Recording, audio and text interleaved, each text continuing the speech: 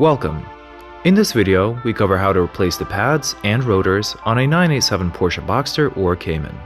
Save hundreds, if not closer to $1,000, by doing this at home. See my channel for other useful guides. 1. Enter hover mode. See the full-length guide on my channel, also linked in the description, on how to easily get the 987 into hover mode in the most cost-effective manner possible. You don't need to have all four wheels off the ground. The idea is to have at least one wheel accessible at a time. It might make it easier to have the car be level. Don't forget to add insurance in the form of either wheels or jacks, offering additional support in the case of the car falling. You'll want the parking brake on at first. Later, we'll disengage the parking brake when it comes to it. 2. Remove brake pad wear sensors.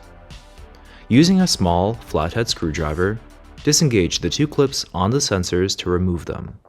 If your sensors haven't been triggered, i.e. disintegrated yet, then you can reuse them. If you are going to reuse them, then be careful with how you remove them. If you're replacing them, then feel free to rip them out. The only point you'll need to be careful at is the connector. Also, be sure to hang on to your old sensor, because the replacement sensors are different lengths, and we need to match up the new one to the old ones to make sure they're the right part we're using. 3. Remove small retaining pin. Remove the small retaining pin holding the brake pad guide pin in place. Use a small, flathead screwdriver to pry it up and out, and pliers or your hand to pull it out. 4. Removing the guide pin. The brake pad guide pin comes out with a few love taps from a screwdriver and hammer. The clip holding the pads loosens when it's out. 5. Push brake calipers in. We're about to push in the brake calipers, and that will actually squeeze fluid back through the system, back to the reservoir. So we should make sure there's space in the reservoir so it doesn't overflow or cause issues when we squeeze in the pads. After we've checked that there's plenty of space for the brake fluid to go, using a towel and adjustable tongue and groove pliers, squeeze back on the top part of the brake pads to push them into the calipers and give the pads wiggle room. In the next step, we're going to have a hard time actually pulling out the brake pads because they're stuck in. Let's cover how to solve that. 6. Remove stuck brake pads. The brake pads love to get stuck, as evidenced by a number of threads online and, unfortunately, personal experience. The brake pad is clipped into a vibration dampener that has pads on the back that sit inside the brake caliper. This is a quick and easy problem to solve once you know what to do. We'll show you how to get these brake pads out in the least problematic manner possible. The vibration dampener is a pad that's glued to the back of the brake pad and also holds onto the pad with two tabs. You have a couple of options to get the brake pad and vibration pad assembly out. You can yank and tug on it, and since the vibration pads are stuck inside the brake caliper, you can hope that the vibration pads come out. You risk ruining the rubber membrane inside the brake caliper doing that, and spilling brake fluid everywhere, and ruining the brake caliper and having to rebuild it. And the payoff is that you were thorough and replaced just your vibration dampeners.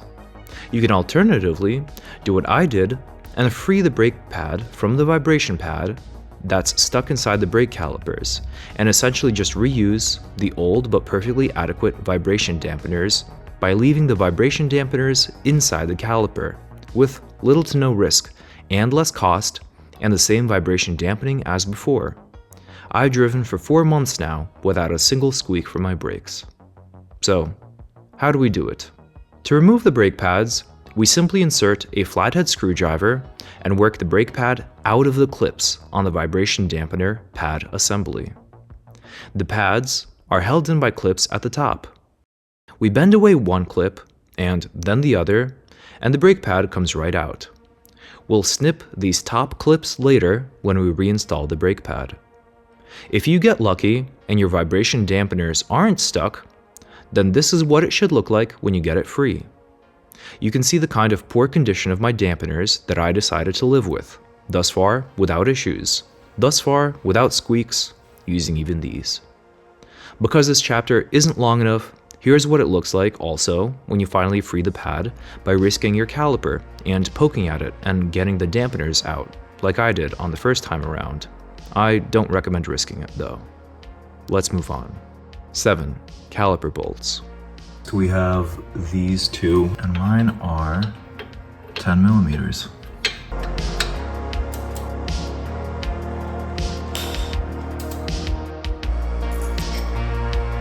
8. Disconnecting the sensor wiring. Next, we're going to disconnect this sensor. It clips into here, which we'll pry open using a flathead screwdriver. Loops back around into this mount here, where we'll already preemptively remove it in the back. And then it simply gets connected over here, which will also open and disconnect using a flathead. To undo the clip, that's the hard line, so we don't want to damage the hard line. So we just pop it down like so, taking care not to puncture anything. Comes around back where we just disconnected it. And in the back, wear gloves because this will cut you. We can wiggle this out. Comes right out. That's our brake wear sensor. 9. Remove the bracket with the brake line. So we have successfully removed the brake pads, the wiring harness, the caliper bolts. Just now, this is what it looks like. But this is a hard line. So if we try to pull the caliper now out, this brake line is going to get bent on the hard line. This whole assembly with the soft line that gets converted to a hard brake line is held on with a 10 millimeter bracket here. So we're going to grab our 10 millimeter, pop it onto here, remove this bracket, and the caliper will be removable. We also want to remove this connector, and that is a rotational motion.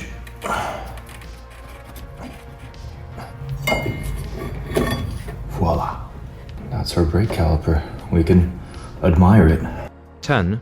Zip tie caliper. Zip tie the caliper out of the way to get it out of the way while you work on the rotor. You should use the bracket that's attached to the caliper to fasten it to the zip tie. Using 2 zip ties helps and is safer. 11. Remove the rotor screws.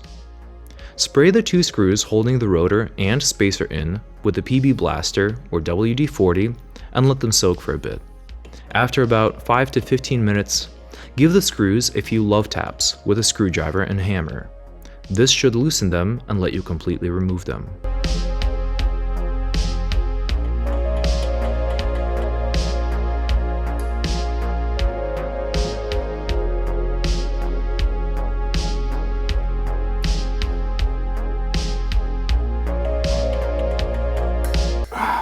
Maybe it's the PB Blaster that's awesome.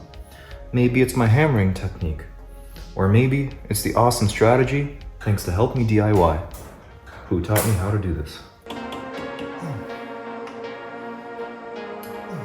This is a Harbor Freight screwdriver I bought in a nice cheap set, and the Phillips head matches perfectly to the size, which allowed me to apply all of the torque to break it loose. You don't have to overpay for your screwdrivers on Amazon. I'll drop a link if you want the convenience and the prices. If you want the convenience, but it'll probably be pricier than Harbor Freight. If you want to buy the screwdrivers through the channel link, I won't say no, so I can make more videos. 12. Disengage parking brake.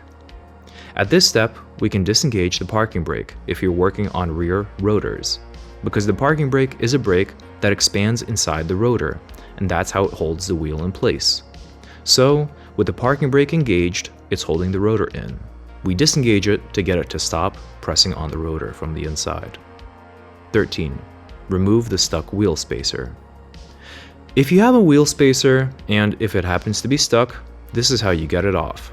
The rust near the axle in the center of the rotor turned out to be a part of the source of the issue. But the wheel spacer is holding it on in place. I must first remove my rear wheel spacers and then my rotor will come off. They are held in by this mechanism. Nothing is easy. So I won't give you my life story, but I'll briefly describe what I tried to do and what worked and what didn't. Applying PB Blaster in the center on the rust definitely helped loosen it. I feel like working it loose with a rubber mallet didn't make a night and day difference, but definitely helped. Repeatedly gently striking it around the perimeter of the wheel spacer. Prying it from the inside out did not help and just risked damaging it. I do not recommend prying from the inside out. What eventually broke it loose was working a flathead screwdriver in with a rubber mallet and then prying it out. This method definitely leaves a mark, so you'll want to take a lot of care, especially because the wheel spacer can be made out of aluminum. You don't want to damage it and cause any weight differences inside of the spacer itself, so definitely take care not to damage it and cause balancing issues. If your screwdriver doesn't pry it loose at first, like mine did not on the other side, on the other rear wheel, then you'll want to work in the small flathead screwdriver around the perimeter of the spacer, rather than just at one point. 14. Remove rotor. The rotor should now be pullable. You can wiggle it to work it loose. There will most likely be rust inside it, binding it in case it doesn't come off easily. Just keep at it, wiggle it, and it should come off eventually. 15. Clean wheel hub. With the rotor removed, before you install the new one, take this optional but strongly recommended opportunity to grind down the rust and apply anti-seize on the wheel hub so the new rotor comes off easily when it's time to remove it. 16. Install rotor. If your new rotor doesn't fit, then you might have swapped the rears and the fronts. The fronts won't fit on the rears because the opening is much bigger on the rear rotors. The front rotors should have a large surface area to stop the car. The rear rotors have a larger central opening, but smaller pad surface area. The two screws hold just the rotors, so those can go in at this point. If you had spacers installed, now they go back on. The new rotor screws held just the rotors and sat under the surface of the rotor, so it made no difference how the rotor screws were installed, and I installed the rotor, then the rotor screws, and then the spacer over all of it. The mounting studs kind of helped align everything. They didn't work perfectly, but are decent. You will need to adjust the parking brake if you've swapped your rotor to compensate for the wear of the brakes and rotor, and make sure your car stops when you turn your parking brake on in the future. Luckily, this takes a few minutes, and I'll show you how to do this. The basic principle is that after we install the new rotors, we adjust the parking brake inside so that with the parking brake off, i.e. completely disengaged, the brake stops the rotor with the parking brake off. Then, we just loosen it by 2 notches by turning the star wheel up so that the rotor moves once again with the parking brake off. Be sure to do a quick sanity check and test the parking brake on a hill before proceeding to drive everywhere. If you're interested in the mechanism behind the parking brake, I'll be making a full-length video going into detail and diagrams on how this works. It'll be coming in the next few weeks. Install caliper with bracket. We can now cut the zip tie holding the rotor out of the way and put it back into position on the rotor, making sure to line up the caliper bolt holes at this point. The caliper bolts are not reusable, unfortunately. We use new caliper bolts, which are included in the kit. We loosely tighten the 2 main caliper bolts. Tighten caliper bracket. We also tighten the caliper bracket with the brake line. We don't need to over-torque it, just tighten it. Torque caliper bolts. 63 foot-pounds is the torque spec for the caliper bolts. Install new brake pad sensors. You'll need to make sure you grab the right sensor, so compare your old sensor you're about to replace with the new one. The new sensor gets installed into the connector on the back, and it might take some lubrication, or in this case, persuasion with a flathead. The metal connector should clip down over the sensor wire connector. The rubber head should completely disappear inside the connector for weatherproofing and a reliable connection. Ensure the pistons are pushed in. Ensure the pistons are pushed in because in the next step, we're going to put the brake pads in and they need to fit. Take care not to apply excessive force using any sharp objects because it's a rubber mechanism and we don't want to puncture it.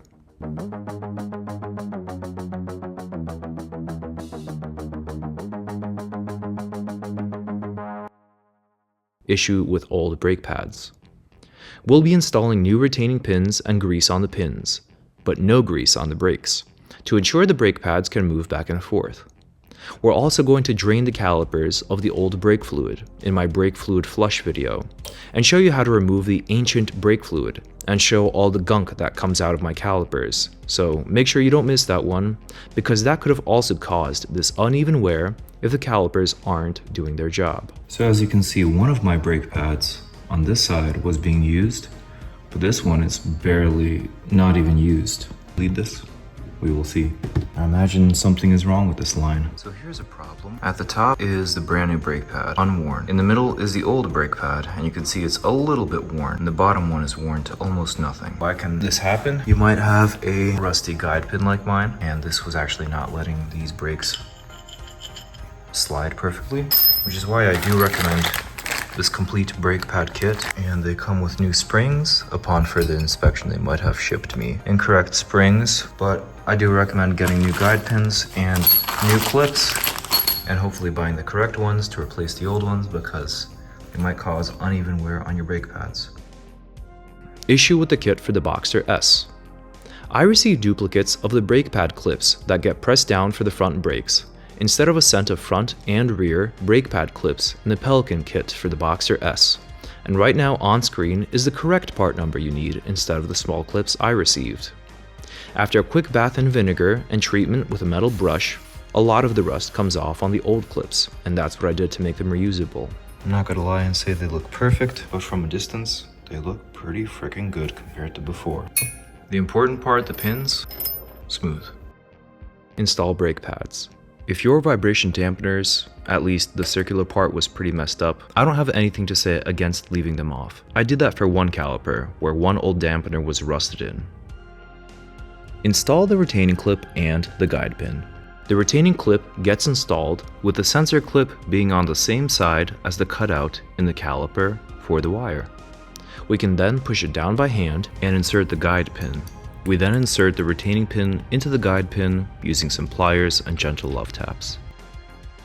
Install brake pad wear sensors. Since we connected the appropriate sensor into the connector on the back, basically we wrap it around and insert it into the brake pads. The new brake wear sensors should match the provided brake pads with your kit. My new wear sensors did have a different design from the old wear sensors, and I'm not 100% sure if they would have fit new brake pads if I had kept my old sensors. Once they clip into the brake pads, we put the wire between the pads into the retaining clip, and this wire should have gone into the little groove on the caliper. There were no drum brakes to deal with on the front rotors, i.e. parking brakes on the inside. Therefore, you don't need to worry about the parking brake being engaged or disengaged when dealing with the front. Be aware of the different rotor sizes and left and right rotors. The kit provided fit the front brakes just fine. The brakes look different and have weights on them, and the dampeners that go inside the pistons were different. And last but not least, there were no spacers to deal with in the front. Your configuration may vary. Keep in mind that if you're simultaneously bleeding and flushing the brakes, then the best order to do it in is to do the rear right, rear left, front right, and then lastly front left, because that's an order of decreasing distance from the brake reservoir to get all the bubbles, all the air bubbles out. Coming soon to the channel is a full guide on how to bleed and flush the brakes. Check out my other videos on the 987 under the 987 playlist, or at this thread on Planet 9 with all the guides and diagnostics. There are guides ranging from the center console to installing a rear camera to putting in wireless CarPlay and more.